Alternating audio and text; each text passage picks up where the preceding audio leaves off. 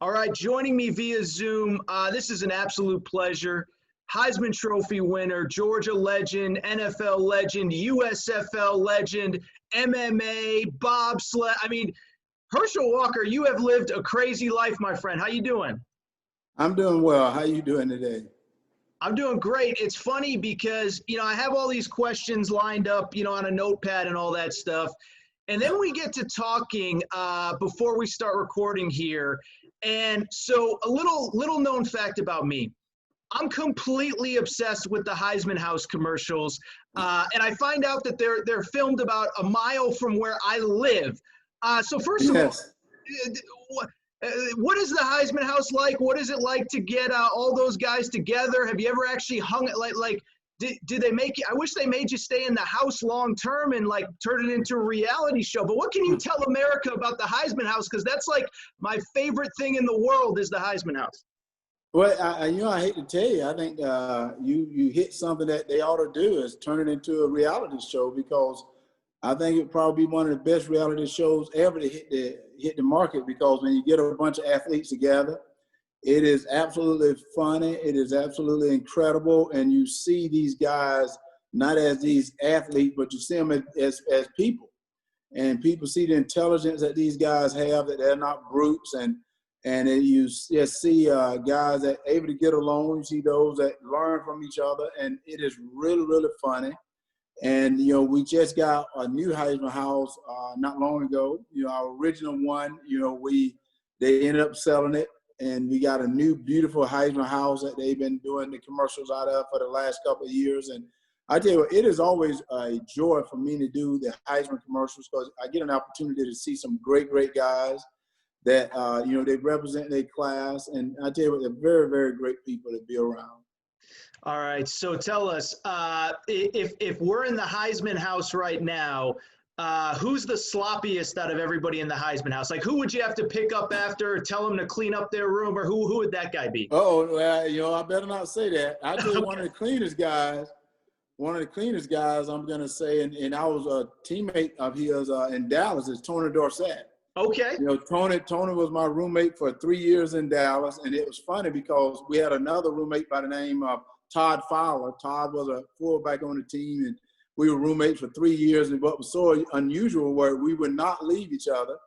Todd was probably the messiest guy you ever had. And I probably was semi-clean, but Tony was absolutely he was very clean. He liked stuff very, very well put together, organized. And and I'm semi like that. Todd was totally the opposite, but we would not leave each other. So you go to Todd's room, which is a total mess. You go to my room, which is a little bit cleaner. Then you go to Tony's room, and it's spotless. Okay. So I think if you're going to go to someone who's going to be a spotless room, it's going to be Tony Dorsett.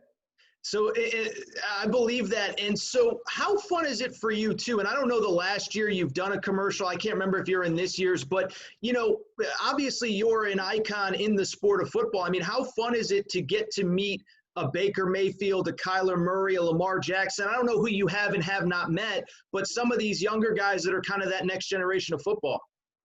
Well, it is always fun for me to meet those guys, because, one thing that is very interesting, a lot of people don't know, and even though I played this game a long time, a lot of people don't know I don't follow football. Okay. I didn't grow up watching football, and, a lot of the Heisman winners of the past, I learned about them from reading about them, and the guys of today, their name is so big now because of the social media world. So I get a chance to see who they are and know who they are. And it's good to meet them, and because, you always see them as an athlete, but I know that there's a person there as well.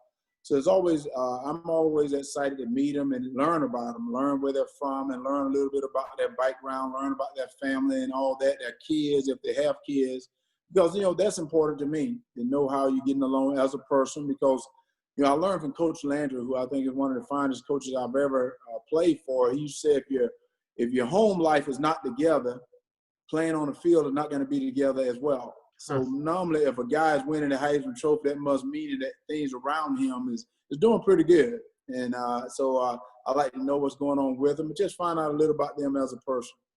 Do you find that to be reflective of the guys that you meet? Because I think about, a Lamar Jackson. It's very well known how close he is with his mother. Kyler Murray, him and his father were both high quality athletes, and you could tell his father had a big role in his life. I mean, not naming anybody specific, but do you find that to be true, that a lot of these guys, the credit goes to their families, their wives, their parents, their kids, things like that? No, there's no doubt the credit goes to them because, I think they realize, and as an athlete, I don't care who you are, what sport you play, you don't do it alone. And it not just your teammates, but it's your family. Your family means a great deal. Your family could be your players that you play with. Your family could be your girlfriend or whatever. But you have a family that always lifts you up when you're feeling down, because things not going to always go your way. And I think that's in the normal life as well. And I tell everybody, things are not going to always go your way, but you can always pick yourself up. No matter, you can always get up. Don't ever stay down. You're going to have those tough times, but in life, that's what life is. But you get up, and that's what a Heisman Trophy winner does. He gets up and he keep going, but he don't make it there alone. Because let me tell you, to get to that pedestal, you got to have a great team. You got to have a great coaches. You got to have a great organization. And that's what I tell people, and not to jump from there to pro ball, but, people used to talk about the Patriots. And I used to say, guys, what's so interesting about them is, Tom Brady was the only guy that they kept on the team sometime. A lot of guys they've let go. So it's a credit to that organization that they're still winning Super Bowls, and not just the players.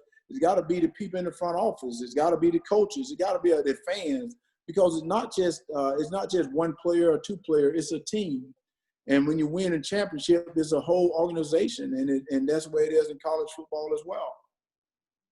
Very interesting. You talked a little, you mentioned this off the top. I found it really interesting in doing some research before this call. You said you weren't interested much in sports as a kid, and I read that you did a lot of poetry and you wrote a lot in journals and things like that.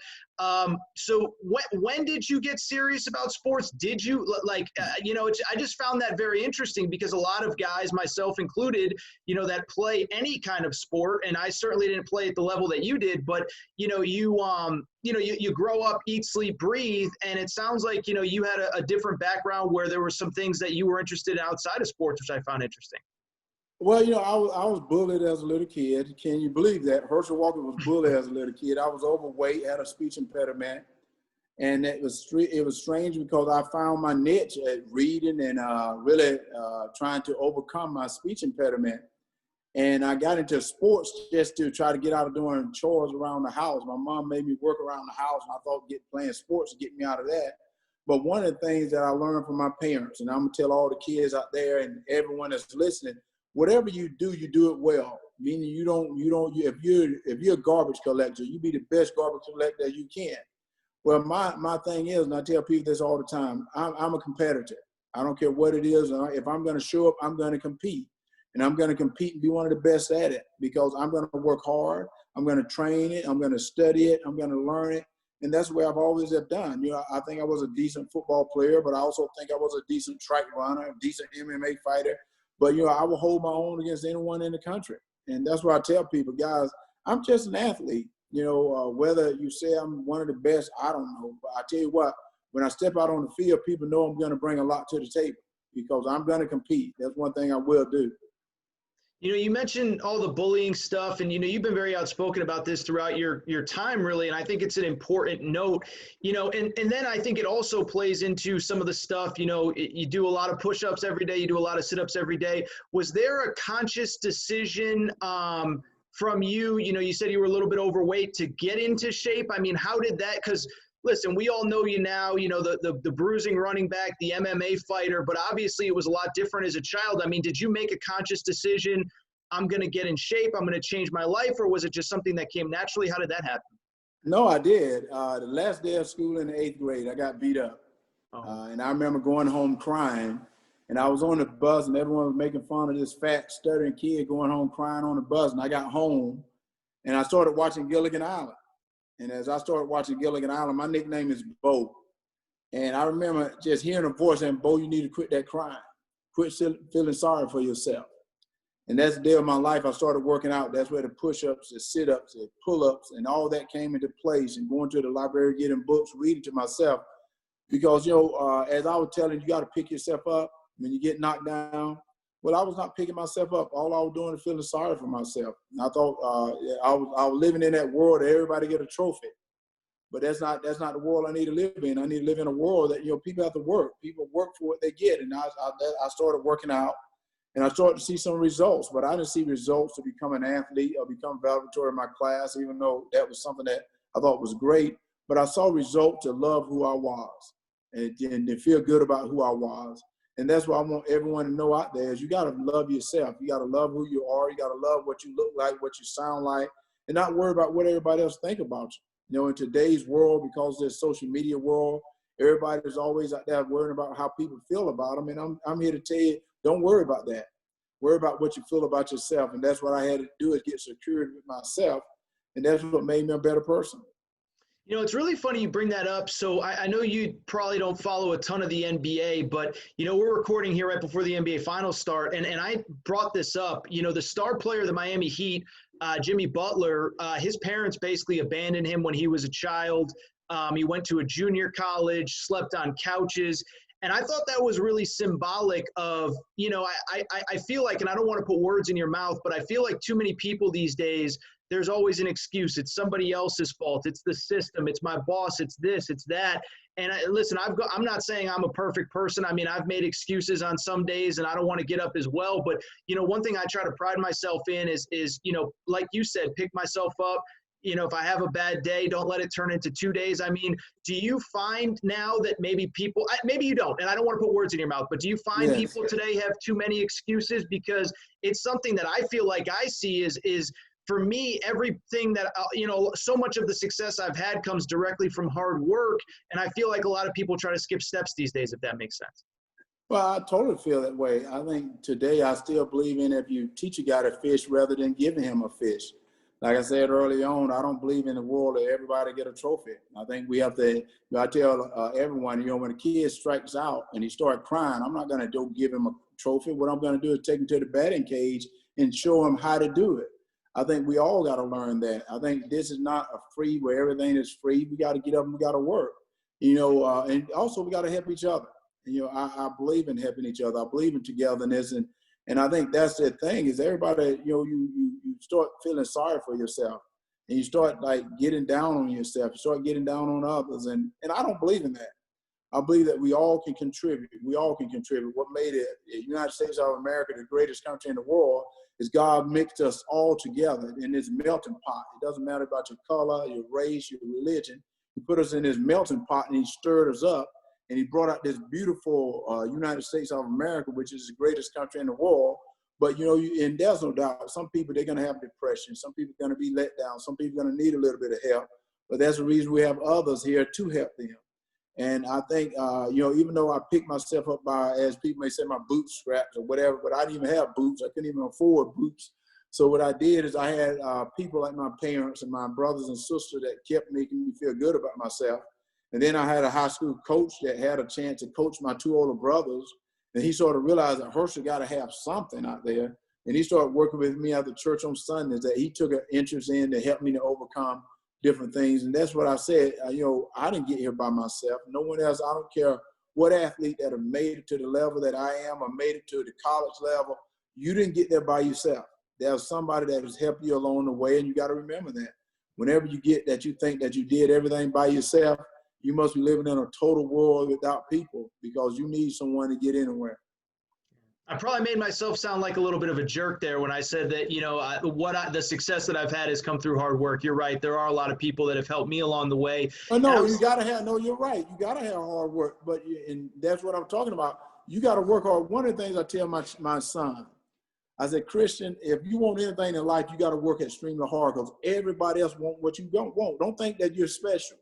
So if your opponent is getting up at 5 o'clock in the morning, you got to get up at 4. If you get up at 4, you get up at 3. He get up at 3, you get up at 2. If you get up at 2, you get up at 1. If you get up at 1, don't go to sleep. And what I mean by that is if you want it, if you don't want it, it's okay. It's okay because, everybody can't win it all. But my thing is, if you want it, you got to sacrifice.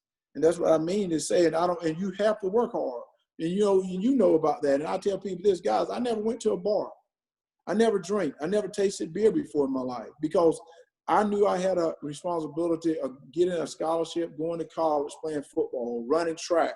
My parents didn't send me there to chase girls, even though that would have been wonderful. They didn't send me there to go to bars, even though that would have been wonderful. But they sent me there to honor my responsibility with my scholarship and also do my grades. And I said, and that's the way I was programmed. I wasn't programmed anything else. And I believe in that. And I believe you got to work hard. You know, and people don't know this. You know, when I was at Georgia, you go back to me fighting in MMA. When I was at Georgia during, you know, I would go to practice and did all that stuff. And right before, I didn't have to go to study hall because I was getting good grades, but I would take time to go to a martial arts class.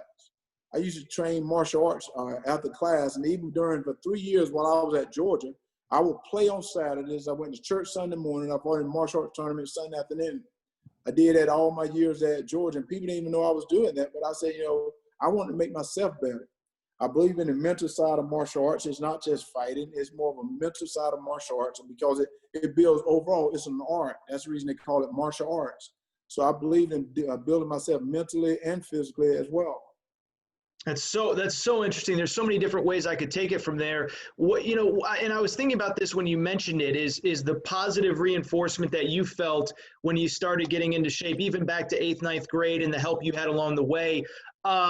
Is that a life lesson? I mean, because it feels like the life lesson there is maybe you got to start somewhere, right? And like, you know, we can all speak to good moments, bad moments. You know, I think to the beginning of this pandemic where so many people looked themselves in the mirror and said, this is my opportunity to get in shape, to do something productive. I know for myself with my work, I wanted to do certain things.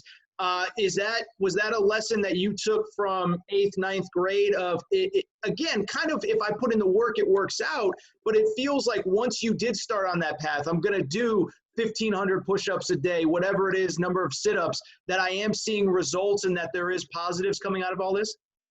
Oh, no, it is, because once you start seeing results, sometimes you take it even farther, and that's what I did. And one of the things I tell people also, as you mentioned it earlier, you got to start somewhere. Sure. You know, it's not like, you know, everybody, I see everybody go, I want to be Stephen Curry, I want to be Tiger Woods. And I always tell them, have you seen Stephen Curry with the videotapes when his father, when he's a little boy out there shooting baskets? Have you seen Tiger Woods with the film his dad got him on the Johnny Carson show at 3 years old hitting a golf ball? It's not like they just came right out of the womb and they became a professional at that sport. They've trained thousands of times. They've shot that, I bet Stephen Curry shot that basket thousands of times. Tiger Woods, they hit that ball hundreds of thousands of times. It ain't like it just happened. You have to put the time in. You have to work. You have to like do it. It's dedication. And I tell people, if you don't want it, it's okay. That maybe not be for you. And, you know, I think one of the things we put emphasis on, like, success is you being a great athlete or being a great entertainer where people can see you and stuff. And I think a success is when you can go to sleep at night in peace. You know, just because you have a lot of money doesn't mean you're peaceful. Maybe you're stressed out. Success is when you can go to sleep at night and be peaceful at sleep, at rest, or taking care of your family. That's what success is to me. You know, I came from a small town in South Georgia. You know, I never would have dreamed I would have ever had a chance to play professional football. That dream is too far to reach. But because I've had that opportunity to do that, it is my responsibility for my Lord Jesus that I got to tell all the other kids, you can do the exact same thing that I'm doing. You know, Herschel Walker is nobody special. I'm who you are. I don't care where you're from, inner city, country, I don't care where you're from. I am you. You got to dedicate yourself and you got to work and you got to go get it. And I say sacrifice. But I said, if you don't want that, it is okay. Remember early on, I said, if you're going to be a trash guy, be the very best trash guy out there. Be the best one you can be. If you're going to be a football player, be the best one you can be out there. Meaning sacrifice. And that's what I've always have known to do in my life. Very good. You know, you mentioned your time at Georgia. I think I knew this, but I'd forgotten. You were like this close to skipping college football and going into the military. Is that correct? That was totally correct. You know, I really wanted to go to the military. I thought I was cut out to be a Marine. You know, I love the military. And, you know, that I think the military are true heroes. All the men and women of service, I think they're true heroes. I want to be, you know, and go into the police and stuff. I love the police. I love the blue. And I've always have. And it was interesting because, I didn't sign to go to college until Easter Sunday in April. Wow. And, signing day is in February. And the reason I waited so long is I couldn't bring myself to tell my parents I didn't really want to go to college. I wanted to go to the military. Well, when my mom asked me about deciding to school, but before I can even tell I want to go to the military, she said, you know what, let me tell you this here, Bo. Bo, my nickname is Bo. She said, if your mind and your heart is pure of the Lord Jesus, it really don't matter about your decision because God will make it right for you. And people don't need to laugh, but I flipped the coin. Mm-hmm. I flipped the coin to the side on the military and whether to go to college, and it came up for me to go to college. And then I was upset that God wasn't going to let me do what I want to do. Now I'm not going to the University of Georgia. So I figured my family and everybody in my town and everybody in the state of Georgia wanted me to go to Georgia. So I was trying to get Georgia to lose this coin toss. So I flipped between Georgia and Clemson University, and Georgia won that flip. And he won the best out of 5 on that. Wow. Then it was Georgia against USC, and it won the best out of 5 on that one. I even pulled the names out of my bag. And I pulled Georgia all 3 times for both schools, for both contests. And what was weird, I said I was going to Georgia. This is what was interesting. I didn't even mean it at that time. I went outside to play with my younger brother. They called up all the coaches and the reporters and told them I had decided, and everyone showed up at my home that night. I was too embarrassed to tell them I was joking, that I signed to go to the University of Georgia, and I really didn't want to go. But what was interesting is, my whole life, and I tell people this, I say, Herschel Walker is not perfect, and I never will be. But I know I have a faith. I believe in the Lord Jesus. I know I'm going to work hard. I'm not going to be perfect, but as long as I think I keep my eye on the prize, and that's my teaching from my parents, from my Lord Jesus, and listening to my coaches, listen to the people that have authority that is leading me, I'm going to be okay. And I've always have been like that. And I tell the young people out there, I say, guys, things are not going to always go your way, but, just always, right from wrong. That's what's so interesting. We all know right from wrong. We all know that when you're young, you shouldn't be drinking, you shouldn't be using drugs. That's a given. We all know that. And I don't go and just tell people that. What I do and try to tell people is tell them who they are, that they're somebody special. Tell them how great they are. I don't want to tell them that all the negative things. I want to tell you the positive things, that you're blessed. You're totally blessed. You have a power within you that is unmeasurable. But you can't reach that potential if you're going to hinder it by putting yourself behind the 8 ball. And, you can't reach that potential if your opponent is running 3 miles and you just decided to run a lap. You gotta do what he's doing or even more. And that's what I try to tell people to do. Have you ever taken the time to consider how different your life would be if the coin had flipped the other way and you went to the military? Well, what's interesting is General Williams, he's a general that he and I, when I was in high school, I visited West Point. Oh, wow. General Williams, who's a 3-star, and I was at West Point together as students. And he's a 3-star, and I'm a football player. And I think about it, and I say, it's something that I never really look back on. I like I said, I think the true heroes are our American service men and women, our first responders, and I think I would belittle them by saying where I would be at if I went to the service. I may have quit. It may have been too tough for me because I've been very privileged.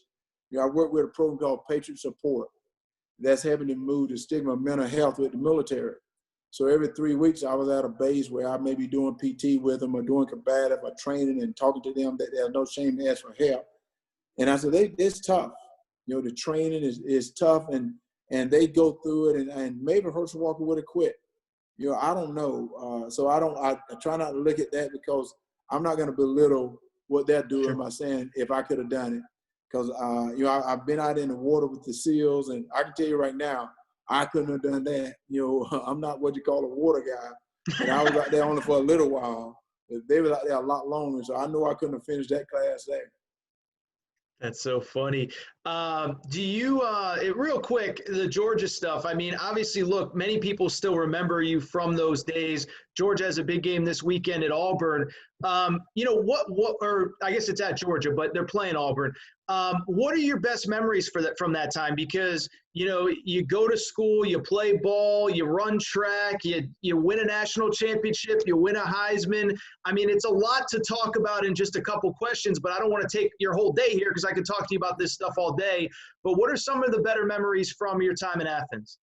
Well, I would say that's one of the best times of my life. I went to a university, even though it's a large university, but it seemed just like a small home for me. And what was so great about me is I had a sister there by the name of Veronica who ran track, and a couple of people from my hometown, Renee Thompson, who was there, and some friends, a guy by the name of Francisco Ross from Barcelona, Spain, who was sort of like my big brother, Nat Hudson. I had a family there, and the team was a family, and it was just like I moved from Wrightsville, where I had this close-knit family, and moved to the University of Georgia, where it seemed the same, even though it was a big campus.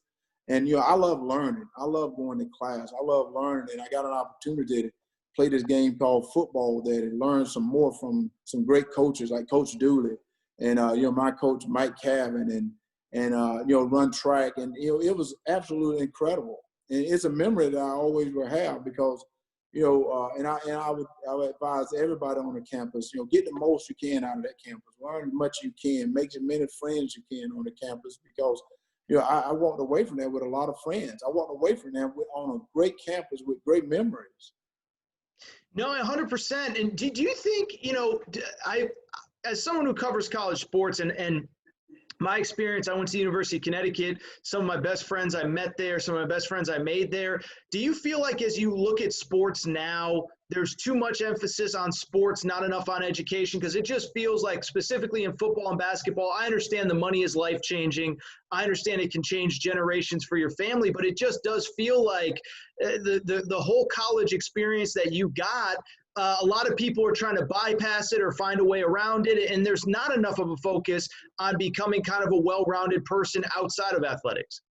So I do, and I preach about that. I preach about it all the time, and I try to advocate at one time, and I'm still talking about it. That because they're taking on the classmen and now in the NFL or even in the NBA, if a guy goes off to make a team and he don't make it, I think that team should be responsible for sending him back to get his education. I don't know why that's not something that they want to put in place because they talk about putting good citizen into the community. How can you something better than that? Now, since the athlete know that he's not going to make it as a professional, now he's going to work on getting that education because education is so important. I tell people this all the time. You can at 30 in the professional sports, you're starting to get old. But you can still be president in your 70s in this United States, and you can't be president without having an education. What I mean by that is having the intelligence to understand what's going on. So I love for them to put more emphasis on education because that's what's going to take that athlete even farther. And at the same time, one thing that was so great for myself is that when I was in college, I ended up signing. If you remember back then, it was one of the largest contract for a professional athlete, for a football player. And what was strange is my agent said that was representing me made me go to a finance class. Oh, and wow. They put me on an allowance. That's what they did. They put me on an allowance. I'm like, wait a minute, why are you putting me on an allowance? I make money. They was like, no. You're going to go to a finance class. You're going to learn this. And they made me do that. And I suggest that a lot of athletes should do that. Go to a finance class, learn about finance, learn about your money, learn about the taxes, learn about all those things. And that helped me out a lot. It helped me out a lot. Today, I got my own businesses that are going well. And that's why I want to tell the athlete, take it upon yourself to learn more for yourself. Because in professional sports, now it's not about you as this college athlete being told everything. Now you got to get out and you got to live. You got a family. You got a family to take care of.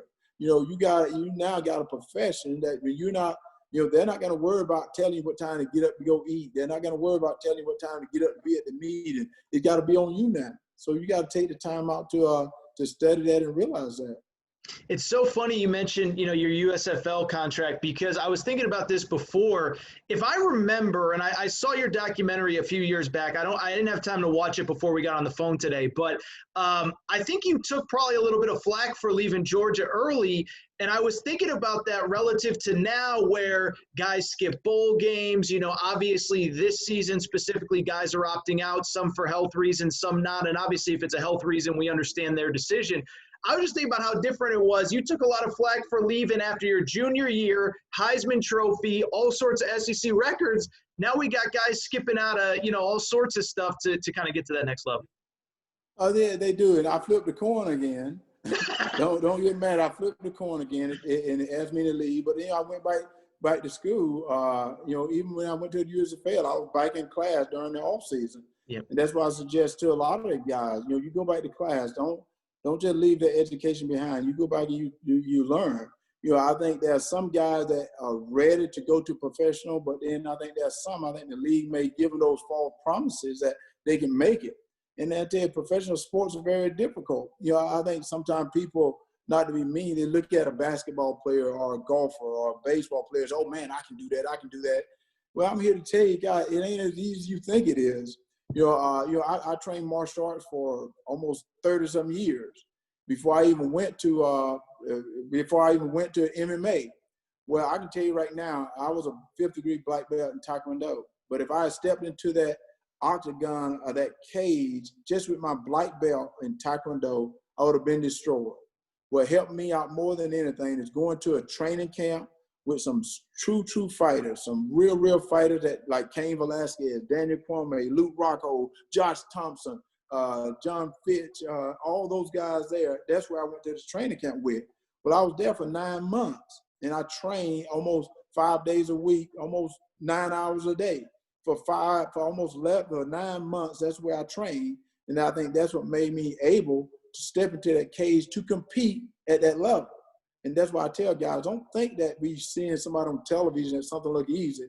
Those guys are professional. That's the reason they call it a professional sport. Last couple of questions, we'll let you go. You mentioned professional sports. This one I did not know.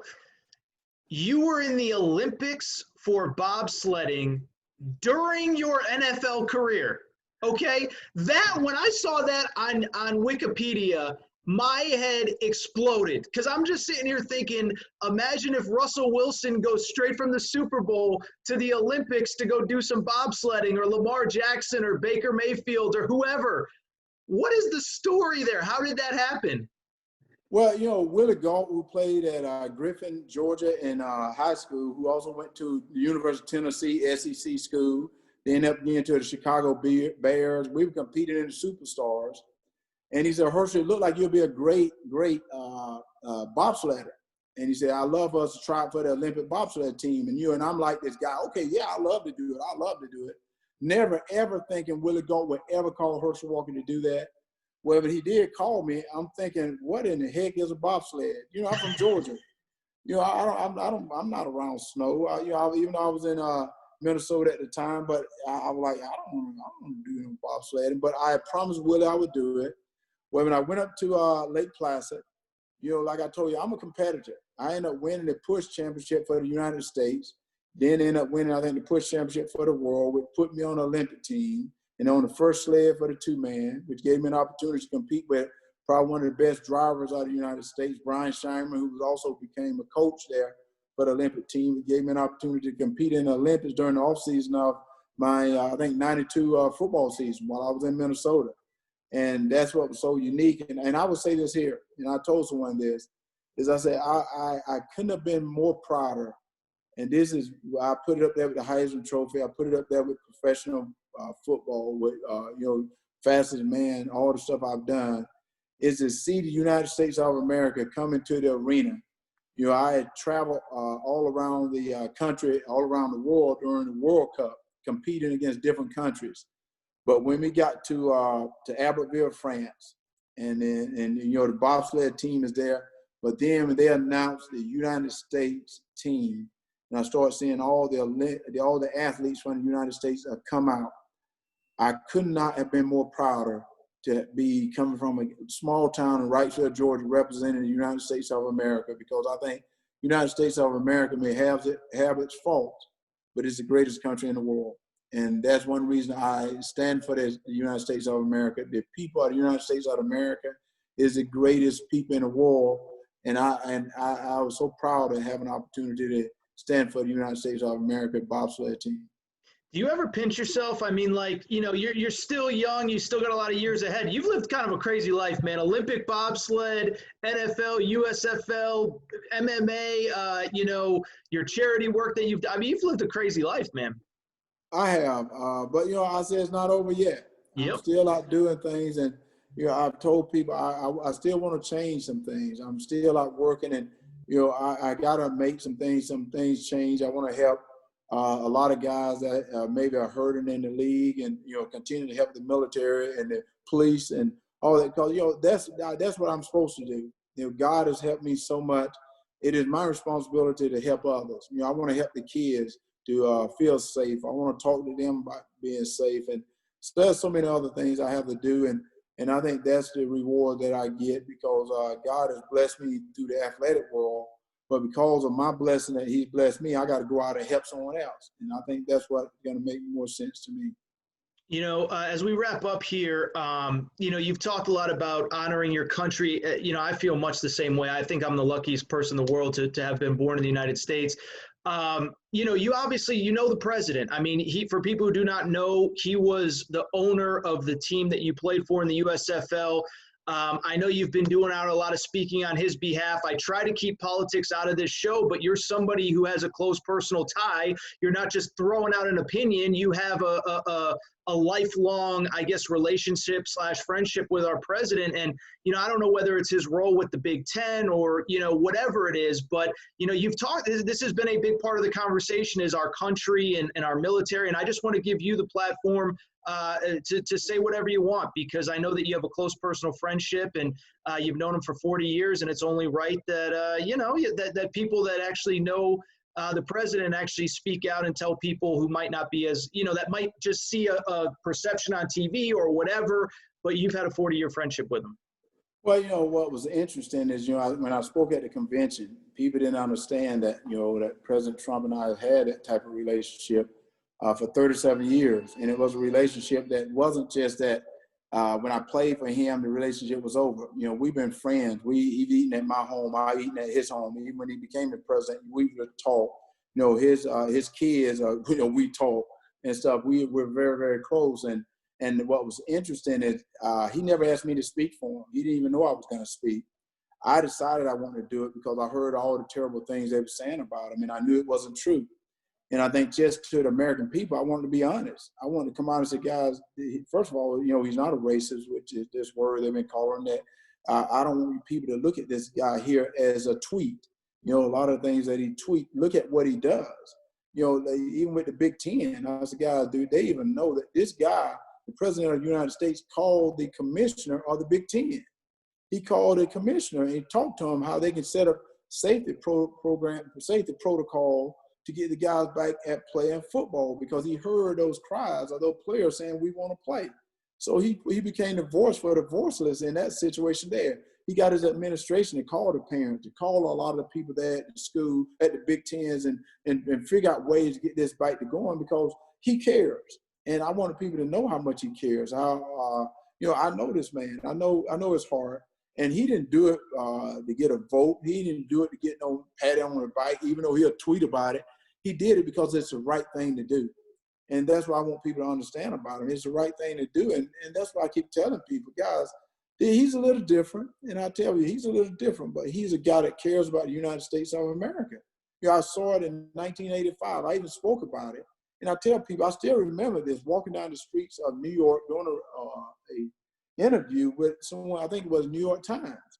And I remember telling him, this guy here, I think he was asking me about Donald Trump. I said, this guy, he can be president of the United States. And I said, the reason why is he loves America. You know, I sit with him all the time. I hear how he talks about America. He loves America. And how can you not say someone shouldn't be president of the United States and love America? That's who you want to be president of the United States. And, you know, everything that I try to tell people, I get it from facts. It's not something I go and I hear people tell me.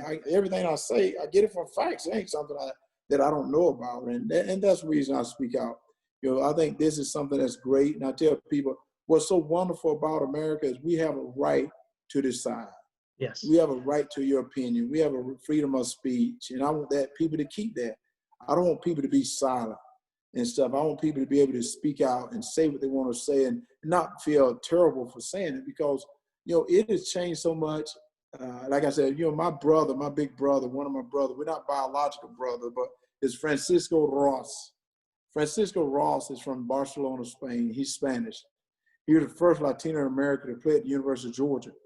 But he and I is just as close as my biological brothers are. And I love that guy just like one of my biological brothers. And he became a legal citizen here in the United States of America. He worked extremely hard to get there. And I said, what's strange is we have problems in the United States, but let me tell you what, we're still the best country, and we can solve it, but we solve it together. Yeah. We don't solve it by separation. Even it talks about it in the Bible, we don't do it by separation, and that's what I preach all the time.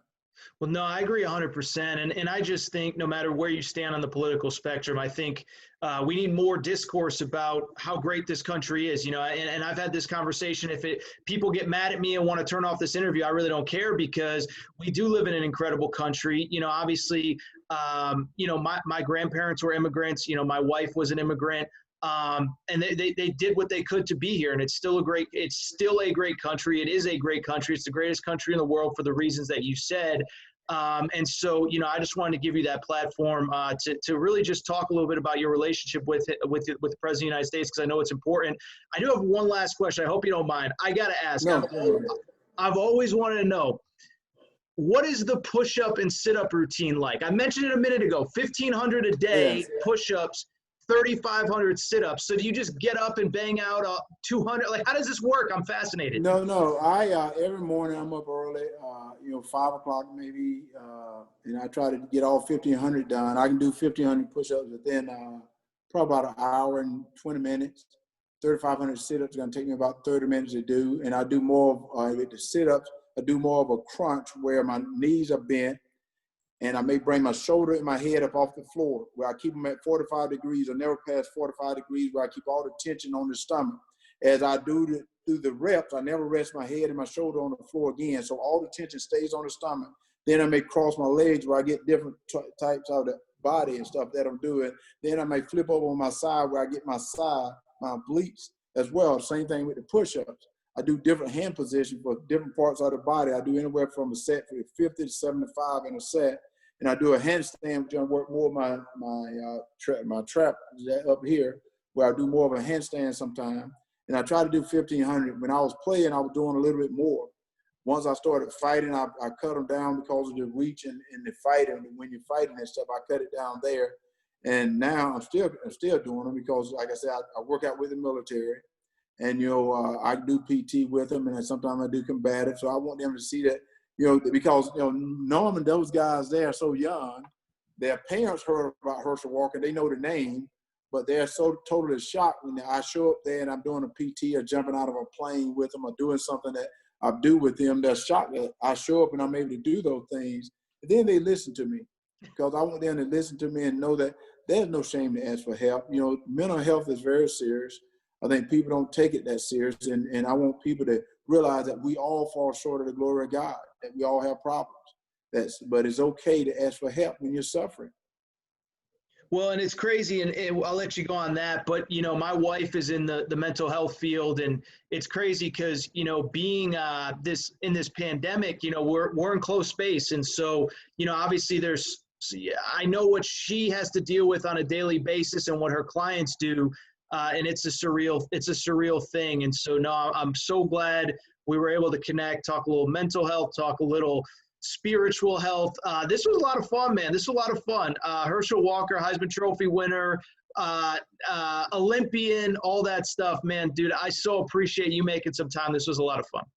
No, thank you. And to all the people out there, this pandemic is real. And I encourage them to stay into a routine. Get into a routine, stay into a routine. If you can, call a loved one, call a family member. You never know what they're going through. And encourage them that, hey, hang in there. We're all in this together, and we're going to get through it together, and we can get it done. No, 100%. And that's something that, I think we've all learned is, something I've learned during this process is, everybody's going through something, and, it's made me look at everyone different is, if somebody snaps off or has a bad day or this or that or whatever, everybody's going through something right now. So Herschel Walker, thank you very much. I appreciate the time.